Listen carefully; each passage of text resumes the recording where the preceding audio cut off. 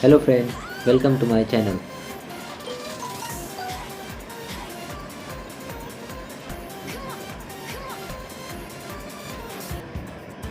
Today I will discuss about agriculture, social science, part 2 video, class 8, chapter 5. So let us start. First page. This is the first page and this is the second page. ठीक है, तो जैसा कि हम लोग पढ़े थे commercial agriculture के बारे में, तो कमर्शियल एग्रीकल्चर का 4 टाइप होता है, मालूम है। Extensive agriculture, plantation agriculture, live stock agriculture and diary farming. तो उसी का एक फर्स्ट जो हम लोग को पढ़ना है एक्सटेंसिव एग्रीकल्चर।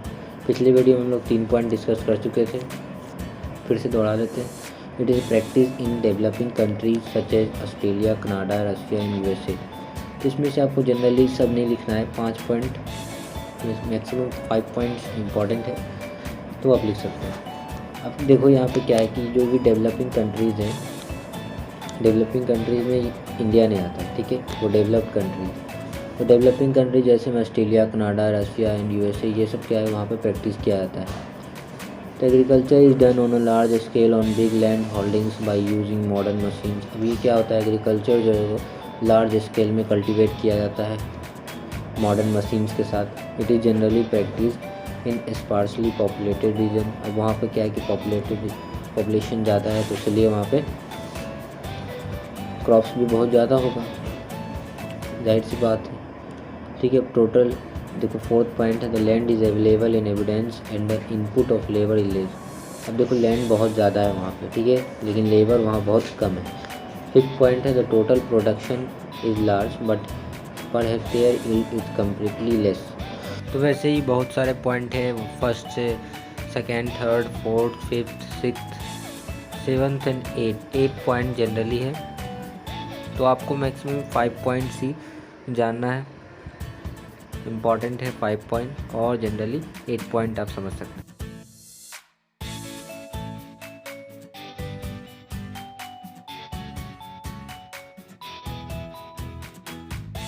अब देखना है कि हमको मिक्स फार्मिंग क्या होता है।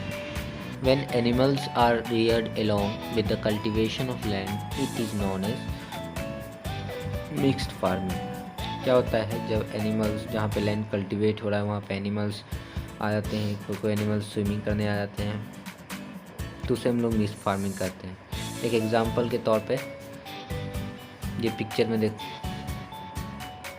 तो आगे बढ़ते हैं। एक इम्पॉर्टेंट पॉइंट है, it is a common in Argentina, eastern USA, New Zealand, south Africa, south east Asia including India, south east Australia and western Europe. अब एक इम्पॉर्टेंट पॉइंट है, देखो यहाँ पे क्या लिखा हुआ है कि एक्सटेंसिव एग्रीकल्चर जो कहाँ पे कॉमन है, अर्जेंटीना में, ईस्टर्न यूएसए में, न्यूजीलैंड में, साउथ अफ्रीका में, साउथ ईस्ट एशिया में इंक्लूडिंग इंडिया में भी है, south east Australia and western Europe. ये सब जगह क्या है कि एक्सटेंसिव एग्रीकल्चर जो है कॉमन है। अब एक ड्यूनाव है, तो ड्यूनाव है झूमिंग। तो jhuming is a type of shifting agriculture practice in north east India, especially in Mizoram. It is a means primitive methods of harmonizing land and climate with its needs for food along with habitat shared with wildlife. अब झूमिंग क्या है, झूमिंग एक type है shifting agriculture का, जिसे हम लोग practice करते हैं कहाँ पे, नॉर्थ ईस्ट इंडिया में। नॉर्थ ईस्ट इंडिया में अब कहाँ, तो मिज़ोरम में, ठीक है। तो ये एक टाइप है शिफ्टिंग एग्रीकल्चर का, जहाँ पे हम लोग प्रैक्टिस करते हैं नॉर्थ ईस्ट इंडिया, यहाँ पे कहाँ, Mizoram. It is main primitive method of harmonising land and climate with his need for food along with habitat share with wild life. अब देखो ये क्या है कि मेंस के लिए बहुत ही इंपॉर्टेंट मेथड है। इससे क्या होता है, हार्मोनाइजिंग लैंड हो जाता है और climate with his need for food along with habitat share with wild life. अब वाइल्ड लाइफ के साथ हम लोग फूड को शेयर कर लेते हैं। अब देखो नेक्स्ट है एक डू यू नो। तो इसमें हम लोग क्या क्या पढ़ लिए, commercial agriculture, types of commercial agriculture, extensive agriculture के बारे में हम लोग पढ़ा 8 पॉइंट, ठीक है। जनरली आप 5 पॉइंट लिखो, इंपॉर्टेंट है। अब mix farming, what is mix farming, क्या होता है मिक्स फार्मिंग, हम लोग उसको पढ़े। अब कुछ इंपॉर्टेंट पॉइंट हम लोग ने डिस्कस किया। और do you know, jhuming.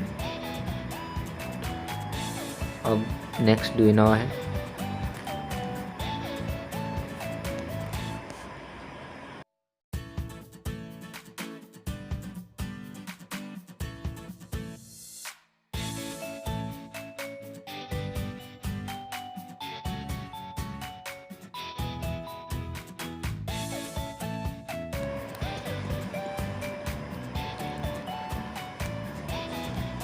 This is a third page and this is a fourth page. तो this is a third page में देखो क्या है, डू यू नो है। तो डू यू नो क्या है, ऑर्गेनिक फार्मिंग। तो organic farming has become very popular in recent times. It was organic manure in natural pesticide. अब यहाँ पे ऑर्गेनिक फार्मिंग का जो मीन्स निकल के आता है वो ये है कि ऑर्गेनिक फार्मिंग जो है वो अभी इस टाइम में, ठीक है, वो अभी इस टाइम में बहुत ही इम्पॉर्टेंट है, ठीक है, कल्टीवेशन ऑफ लैंड के लिए। और ये क्या है कि ऑर्गेनिक मैन्योर, ऑर्गेनिक का मीन्स क्या होता है, डिकम्पोज, मतलब किसी भी सब्सटेंस, वो चाहे लिविंग हो या नॉन लिविंग हो, उसे हम लोग डिकम्पोज करते हैं, उसे हम लोग ह्यूमस बोलते हैं और उस ह्यूमस को ऑर्गेनिक भी कहते हैं। तो ऑर्गेनिक मैन्योर, मैन्योर का मतलब क्या होता है, खाद। तो ऑर्गेनिक मैन्योर से कल्टीवेट होता है लैंड, ठीक है, अच्छी फर्टिलिटी बनती है लैंड पे। और नेचुरल पेस्टिसाइड से भी, ये दो type organic manure and natural pesticide से फर्टिलिटी बनती है लैंड पे। अब देखो नेक्स्ट है, नो फर्टिलाइज़र, केमिकल्स और genetic modification are use to increase the size and quality to produce. अब देखो इसमें कह रहा है कि ऑर्गेनिक मैन्योर और नेचुरल पेस्टिसाइड से, इसके अलावा पहले हम लोग फर्टिलाइज़र, केमिकल्स और कुछ कुछ यूज करते थे, लेकिन अब नहीं करते। नो फर्टिलाइज़र, फर्टिलाइज़र का हम लोग यूज़ नहीं करते हैं, केमिकल्स का हम लोग यूज़ नहीं करते, जेनेटिक मॉडिफिकेशन का हम लोग यूज़ नहीं करते हैं, ठीक है। तो ये सब चीज़ का हम लोग यूज़ नहीं करते। सेकेंड टाइप है प्लांटेशन एग्रीकल्चर। तो फर्स्ट पॉइंट है इसका भी देखो सेवन्थ पॉइंट। तो 5 पॉइंट जनरली इम्पॉर्टेंट है। तो फर्स्ट पॉइंट है plantation is a large farm और state using in tropical and subtropical country where crops are grown for sale in distant market rather than local consumptions।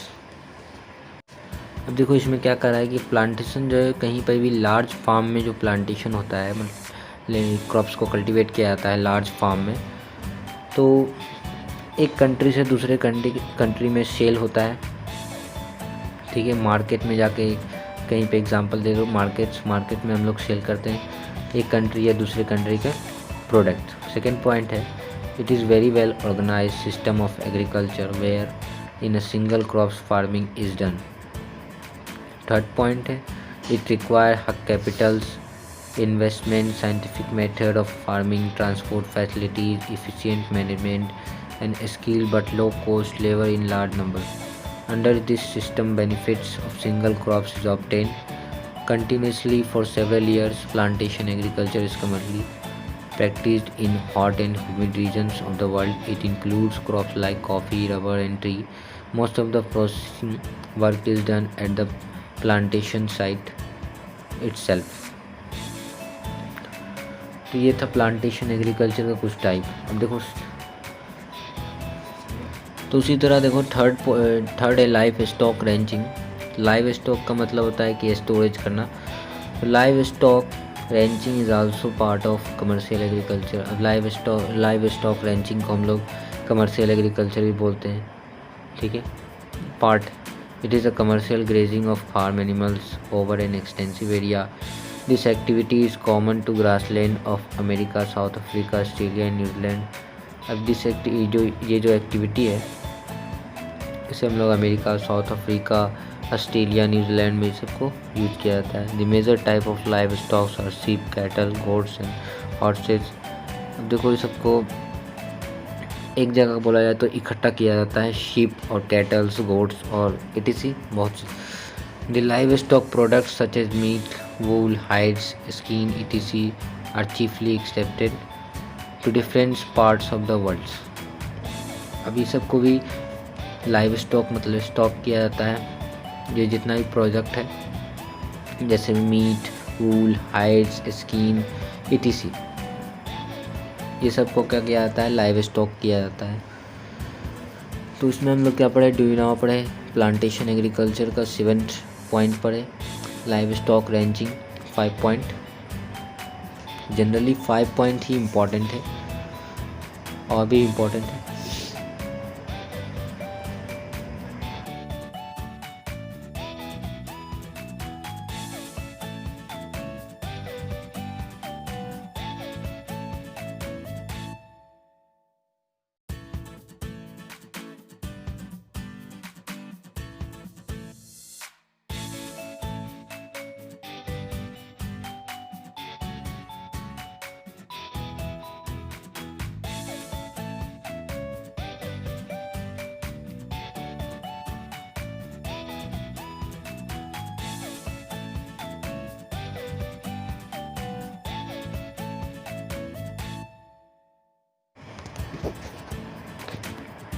अब देखो this is a 5th page and this is a 6th page.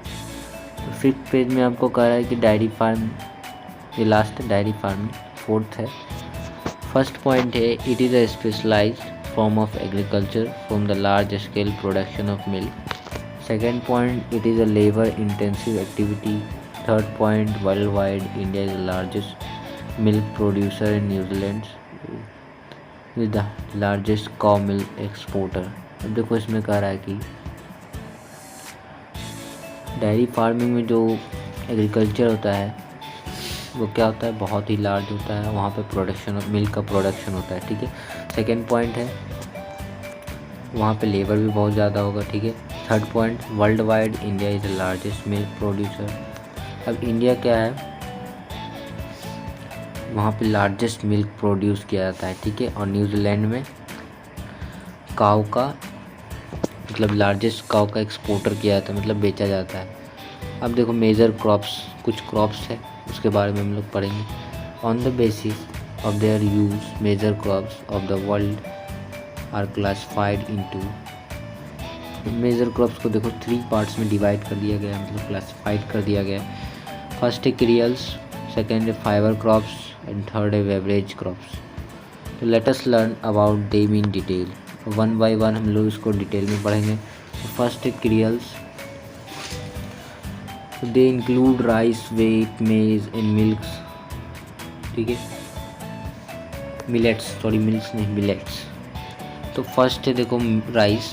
तो क्रियल्स को क्या है कि 4 type में इसे भी थोड़ा सा बोला जाता है, पार्ट में डिवाइड कर दिया गया है। तो फर्स्ट है राइस। तो राइस में देखो सॉइल टाइप, तो सॉइल टाइप देखो इसमें कौन कौन होता है, एलुवियल होता है, लॉमी होता है एंड क्ले सॉइल्स होता है। ये 3 सॉइल इसमें होते हैं। टेम्परेचर इसका कितना होता है, 24 डिग्री से 24 डिग्री से एबव होता है, with a minor variation during sowing, grazing and harvesting seasons। 24 degree Celsius से ये एबव होता है। अब रेनफॉल देखो, रेनफॉल में है rice flourishing well in the areas where rainfall is above 100 centimetre. Rainfall यहाँ क्या होता है, 100 सेंटीमीटर से ज़्यादा होता है। अब देखो ये एरियाज़ कहाँ कहाँ होता है, डेल्टाज में होता है, river valleys, coastal planes, terrace fields in mountainous,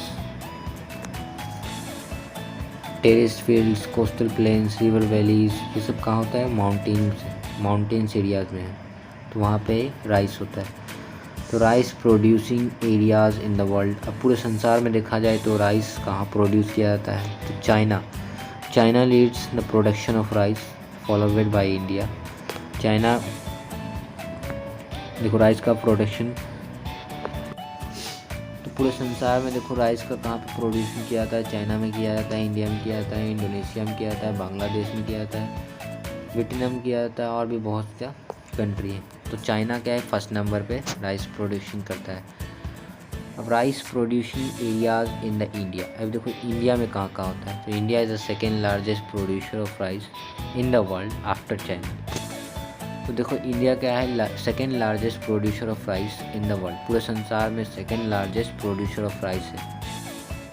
India में क्या होता है, सेकेंड लार्जेस्ट प्रोड्यूसर, मतलब वहाँ पे राइस का जो बहुत बड़ा प्रोड्यूस किया जाता है, पहले चाइना है उसके बाद India.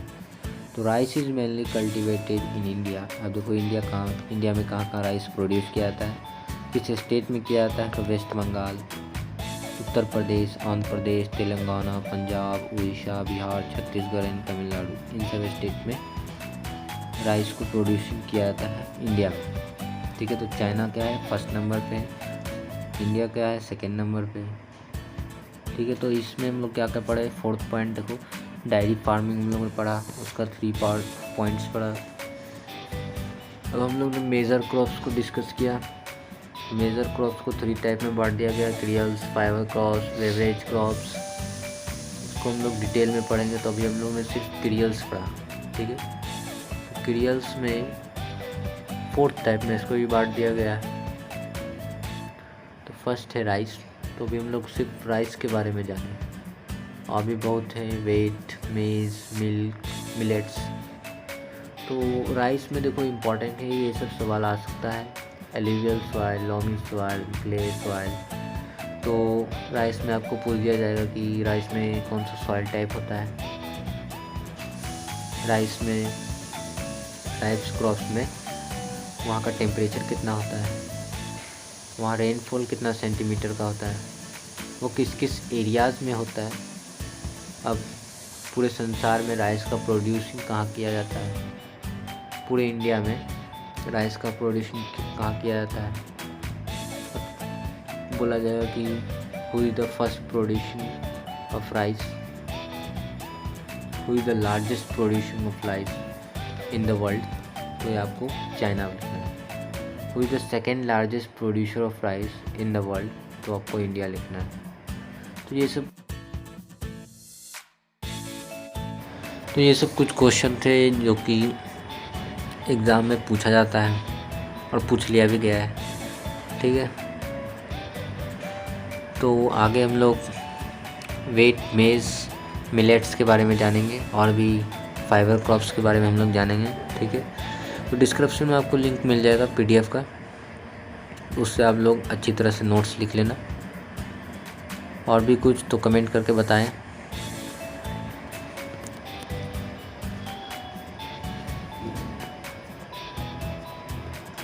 So please like, share and subscribe.